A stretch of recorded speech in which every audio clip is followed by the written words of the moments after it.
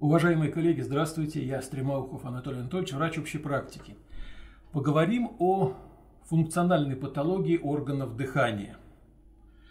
Я полагаю, что тема актуальная и достаточно интересная, и не такая простая, как это может показаться на первый взгляд. Мне везло с учителями. Вот Инна Григорьевна Даниляк, которую вы видите сейчас на своих экранах, это мой учитель, замечательный врач, клиницист, диагност, лечебник. К сожалению, не стало уже довольно давно, но она оставила после себя нас, учеников, и оставила после себя очень такое хорошее наследие клинической практики,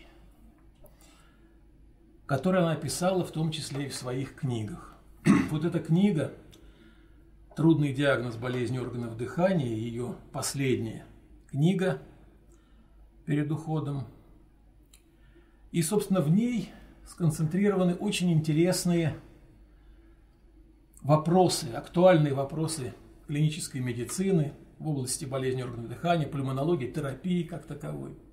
В том числе и функциональная патология органов дыхания, о которой мы сегодня поговорим. Поэтому то, что я рассказываю, это все основано на ее, Инны Григорьевны, знаниях, видении, опыте, которым она делилась с нами, а я поделюсь с вами. Ну, естественно, со своими комментариями, потому что жизнь не стоит на месте, все развивается, в том числе и взгляды на функциональную патологию органов дыхания. Функциональная патология. Что такое? Ну, мы понимаем, что функциональная патология – это нарушение состояния какого-либо органа и системы, не сопровождающиеся диагностически значимыми морфологическими изменениями. Морфологические изменения есть всегда. Не все из них значимы, диагностически значимы. Так вот, функциональная патология не сопровождается диагностически значимыми изменениями. И диагноз функциональное заболевание – это диагноз исключения, который возможен только после всестороннего обследования пациента. Всестороннее обследование пациента. И говоря о функциональной патологии органов дыхания, мы рассмотрим психогенную одышку и психогенный, он же привычный кашель, поговорим о гипервентиляционном синдроме, дисфункции голосовых связок и кашлево-обручном синдроме, который есть, но о котором иногда забывают. И начнем мы с психогенной одышки и кашля. Одышка. Но мы привыкли, что одышка – это объективное состояние, но объективизируется с чем? Нарушениями ритма, нарушениями частоты и глубины дыхания. Это то, что мы можем посчитать, измерить, увидеть. Это объективные изменения. Но есть субъективные ощущения самого пациента, ощущение затрудненности дыхания и недостатка воздуха. С этим, собственно, они к нам и приходят. Ощущение затрудненности дыхания, недостатка воздуха. И мы, работая с этим пациентом с одышкой, понимаем, что одышка может быть сердечная, и мы ее видим в нашей практике. Одышка может быть легочного генеза, и мы тоже видим ее в нашей практике. Но иногда встречаются такие состояния, когда мы не можем объяснить, а что это за одышка. Вот необъяснимая одышка. И мы начинаем обследовать пациента, углубленно работать с ним. И мы должны понимать, что необъяснимая одышка – это как бы задание нам не останавливаться в своем диагностическом поиске. Если обследование не выявило причину одышки или дало противоречивые результаты, его следует продолжить. Мы не останавливаемся и продолжаем. Если убедительных данных в пользу сердечной или легочной одышки найти так и не удалось, следует исключить психические заболевания. Вот мы постепенно переходим к теме нашего сегодняшнего разговора. И мы знаем, что невроз тревоги, паническое расстройство, невроз навязчивых состояний, гипервентиляционный синдром могут проявляться выраженной одышкой. И тут мы вплотную подходим к такому понятию, как психогенная, она же нейрогенная одышка. Оба этих термина встречаются, иногда подменяют друг друга, мы их не боимся и используем, так сказать, как равнозначные, коль скоро говорим об этом состоянии, патологическом состоянии у наших пациентов. Так вот, встречается эта одышка более чем в 80% случаев при вегетативных нарушениях. Это самый частый ведущий симптом панических атак. А если она прогрессирует, то появляется гипервентиляция, которая изменяет привычную вот эту картину одышки, добавляя свое в эту клиническую картину. Но эта одышка зачастую заставляет врача подозревать у пациента органическую патологию, либо органов дыхания, либо сердечно-сосудистой системы. Врач идет на поводу у того, что чаще бывает в его практике. Отсюда может быть ошибочный диагноз, а ошибочный диагноз всегда приводит к неправильному лечению.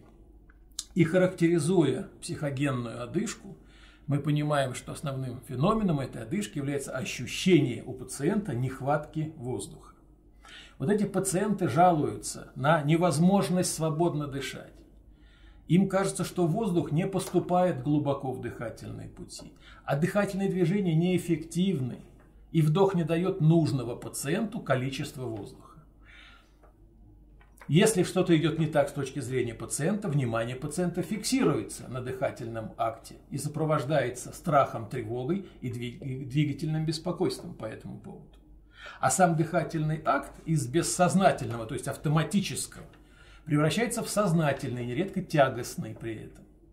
А если он сознательный и тягостный, то дыхание становится неритмичным, с неодинаковыми паузами, с постоянной вариацией интенсивности и глубины, с периодически возникающим глубоким вдохом и последующим удлиненным выдохом, напоминающим зевоту, характерный признак зевоты.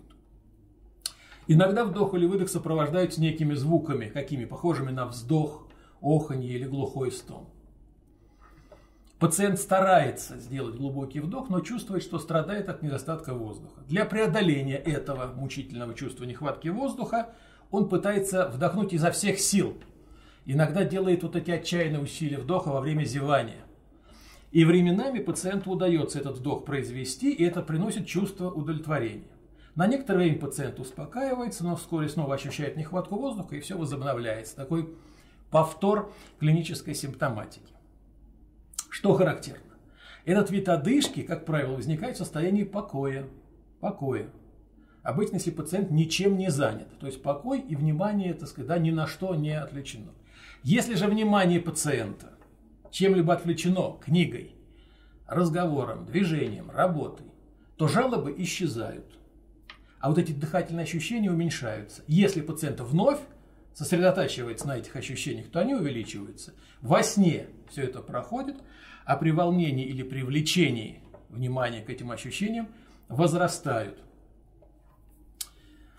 Но, несмотря на субъективные ощущения тяжести дыхательных расстройств, пациенты переносят их хорошо.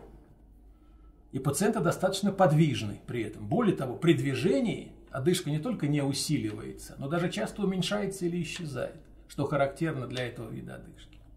Эта одышка может быть в виде приступов или наблюдаться постоянно, но никогда не приводит к цианозу, что тоже характерно для этого вида одышки.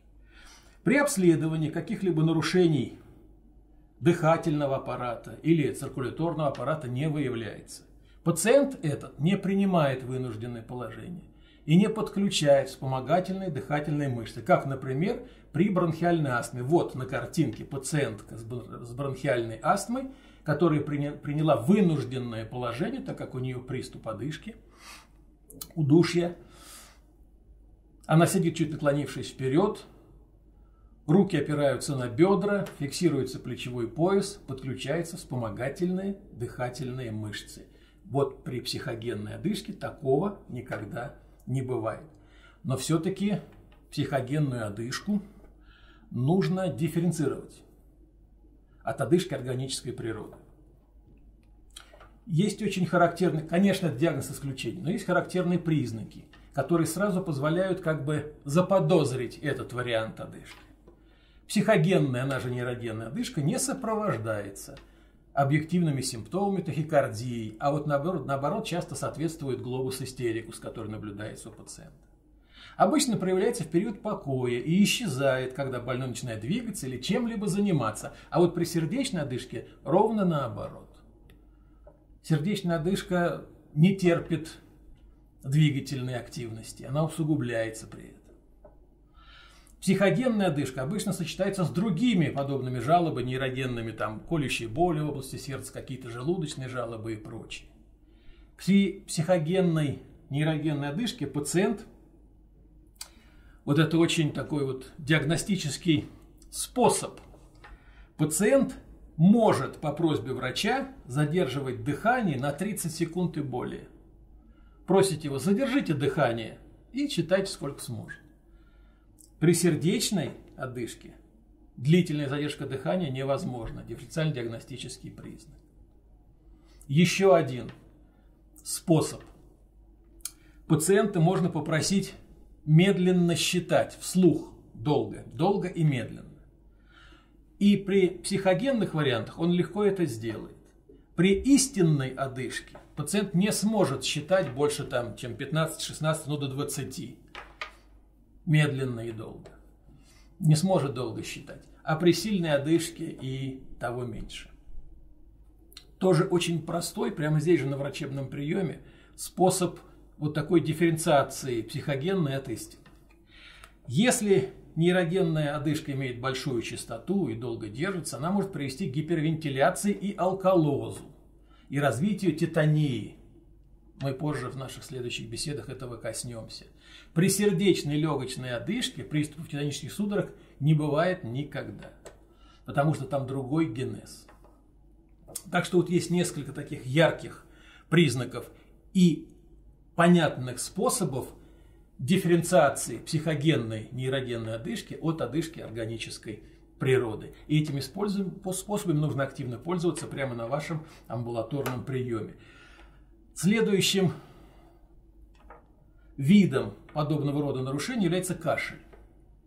Кашель часто встречается в нашей с вами практике, и мы привыкли к тому, что он грудной, а грудной либо респираторный, что чаще всего, да, кашель, связанный с заболеваниями дыхательной системы, ну или кардиальный, связанный с заболеваниями сердечно-сосудистой системы, сердца.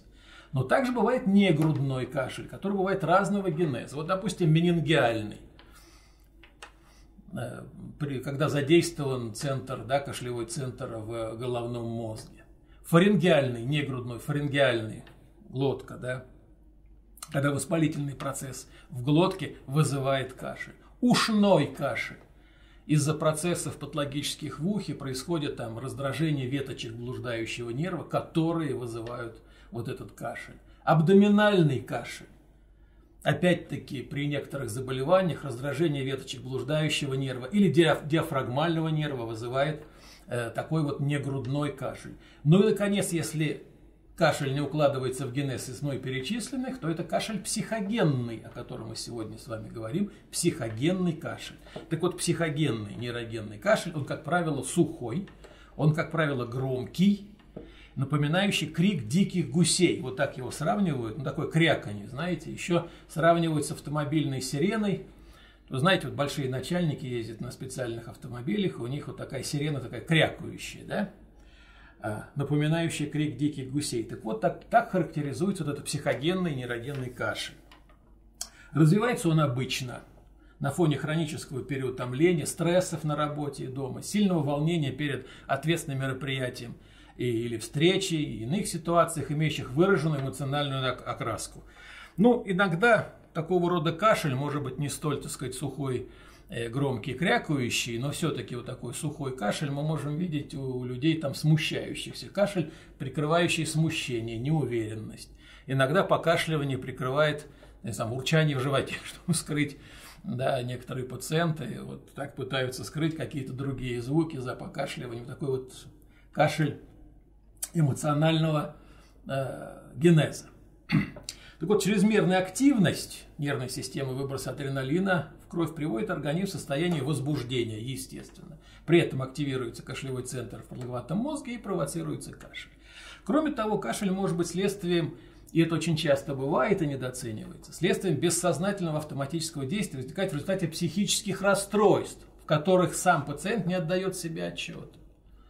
Вот возникновение такого психогенного кашля, в частности, объясняется механизмами конверсии, так как кашлевой феномен может входить в репертуар выразительных средств диссоциативных расстройств. Об этом поговорим. Ну, сон у пациентов с психогенным кашлем не нарушается. Эти пациенты наблюдаются терапевтами или пульмонологами, в основном с диагнозом хронический бронхит или психогенная астма. И к проводимой терапии этих заболеваний кашель резистентен. Так вот, диссоциативные конверсионные расстройства, при которых это возникает, это состояние, характеризующееся непроизвольным уходом от реальности, которое выражается в частичной или полной потере сознательного контроля над чем? Над памятью, самосознанием, ощущениями, функциями. И одним из этих проявлений является как раз вот этот психогенный кашель. Чаще всего развивается в результате реакции на травмирующие события, которые произошли либо в детстве, либо уже во взрослом возрасте. Но вот это вот один из частых вариантов, частой причины развития психогенного кашля. Сложно диагностировать его, да, сложность диагностики психогенного кашля связана с необходимостью выявления психического расстройства. С необходимостью выявления психического расстройства, а это часто вызывает затруднения. Ну, из-за отсутствия у пациента каких-либо заметных его проявлений, но при этом и сами пациенты, и врачи настроены на соматическую природу кашля. Даже если вы что-то подозреваете у пациента, ну вы говорите, а давайте-ка проконсультируемся у терапевта, у психиатра, извините, у психиатра. Пациент говорит, ну что ж, я там псих, что ли? Нет, конечно. Поэтому мы так, вы знаете, маскируем необходимость консультации у психиатра словосочетаниями психоневролог, да, у невролога, у психоневролога, так что пациенту было поспокойнее, потому что не все идут на такой контакт. Но пациент нуждается в консультации психиатра, и хорошо бы, чтобы психиатр на основе тщательного клинического анализа и данных анамнеза выявлял скрытые признаки, чаще всего вот этих самых, о которых мы говорили, конверсионных нарушений. А диагноз в этом случае подтверждается эффективностью назначенной этими специалистами, психиатрами терапии. Сейчас я освежу в вашей памяти один эксперимент, который был проведен довольно давно, но он очень яркий, а потом скажу, почему я к этому эксперименту, так сказать, да, обратился. Вот был такой эксперимент Дэвида Розенхана в 1973 году, такой тайный эксперимент, психолог Розенхан. Так вот, 8 человек, включая самого Розенхана, обратились в различные психиатрические больницы с жалобами на некие галлюцинации, слуховые в основном, которых на самом деле не было. Это были просто вот пациенты, не то что пациенты, люди, участвующие в эксперименте. Они симулировали эти жалобы. Все эти пациенты, псевдопациенты, были приняты врачами-психиатрами, были осмотрены, расспрошены, обследованы и госпитализированы с различными диагнозами от маниакально-депрессивного психоза до шизофрении. И всем было назначено лечение вот этого заболевания, с которым госпитализированы. Во время пребывания в стационаре все участники эксперимента вновь стали вести себя адекватно. Непринужденно стали вести себя, уверять врачей, что все нормально, с ними все в порядке, ничего они не слышат, никаких голосов, они абсолютно здоровы. Но персонал больниц не верил этим пациентам, они же госпитализированы уже, и настаивал на том, что они продолжали принимать лекарственные препараты. Самостоятельно выбраться из психиатрических лечебниц псевдопациентам не удалось. Естественно, они до того, как быть госпитализированными или участвовать в этом эксперименте, заручились там поддержкой вне стен стационара, поддержкой адвокатов там и так далее, которые были в курсе того, что, собственно, происходит, и могли хоть отчасти контролировать ситуацию, чтобы пациенты могли потом из психиатрических клиник выписаться. Но всех этих пациентов, псевдопациентов, всем был поставлен вот диагноз, о которых я говорил. Эти диагнозы были записаны в их медицинские карты и, собственно, с ними, да, сказать, стали частью их анамнеза. Когда результаты были обнародованы, эти результаты вызвали очень бурную реакцию общественности и резкое снижение доверия ко всем достижениям психиатрии. Тогда одна из крупных известных больниц убедили Розенхана повторить эксперимент в их стенах.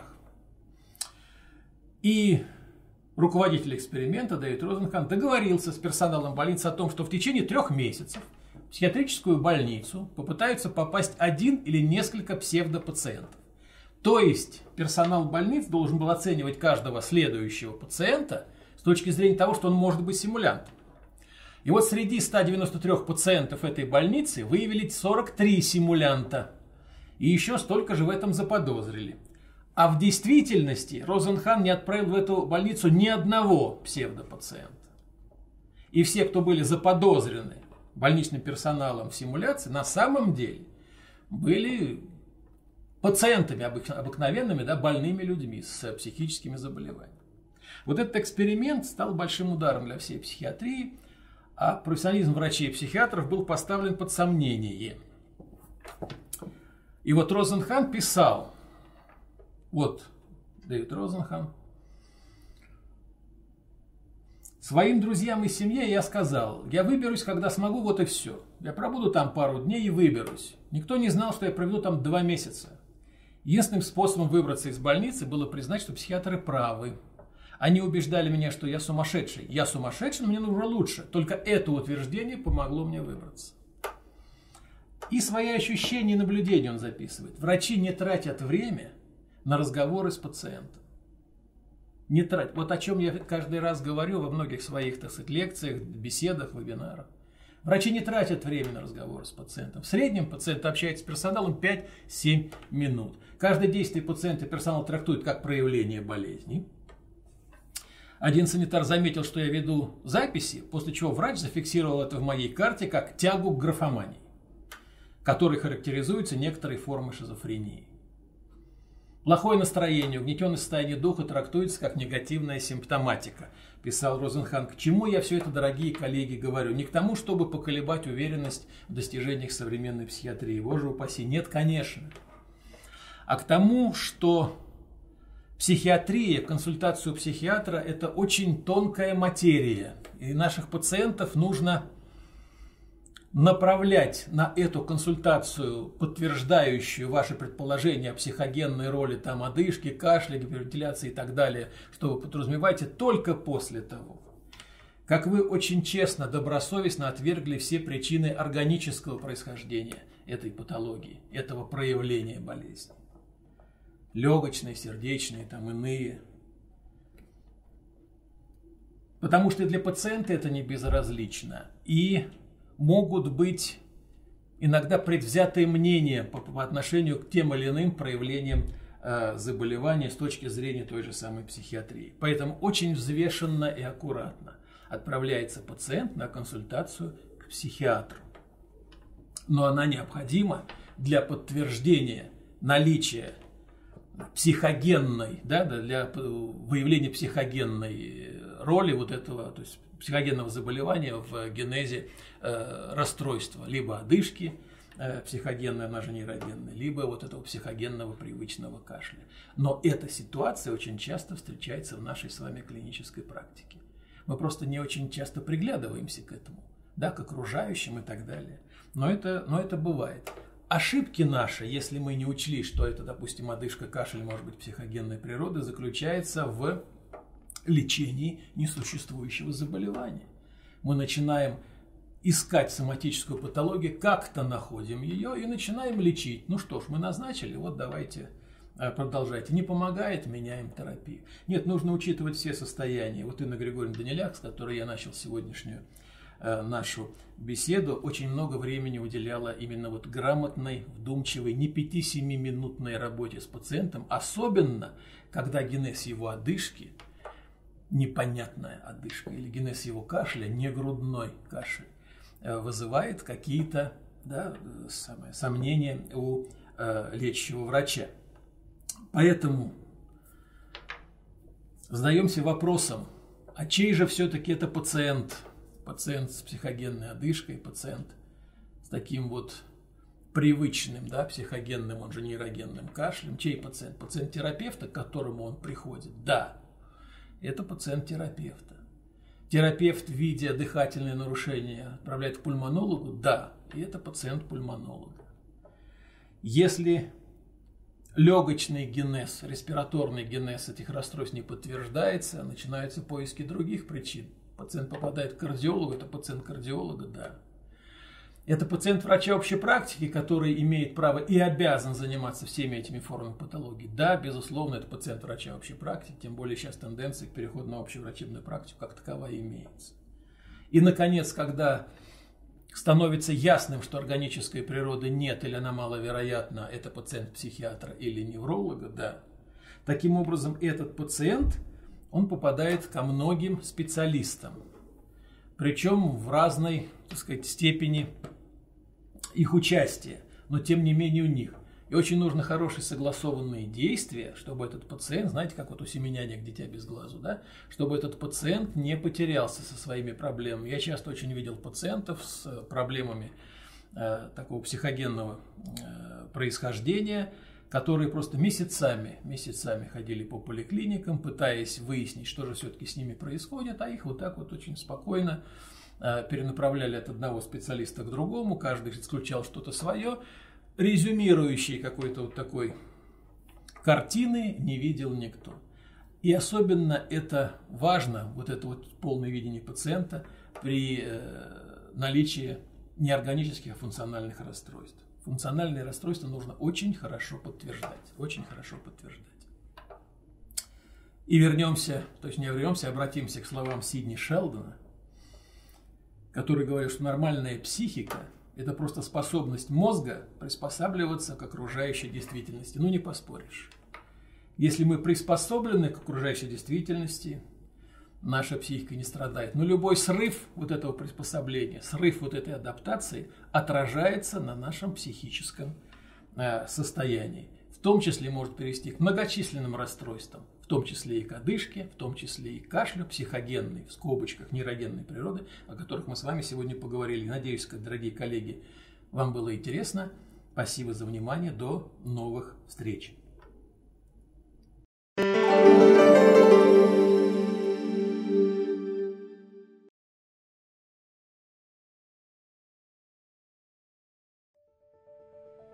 Ассоциация Сирано рада представить новое мобильное приложение. Все возможности образовательного портала теперь в новом формате на экране вашего телефона. Вы можете настроить личный профиль и получать уведомления о предстоящих конференциях и вебинарах. С удобным календарем легко выбрать интересующее вас мероприятие и зарегистрироваться на него. У вас появится возможность собрать свою библиотеку полезной информации. Приложение уже доступно в App Store и Google Play. С мобильным сервисом Сирано образование станет ближе и удобнее.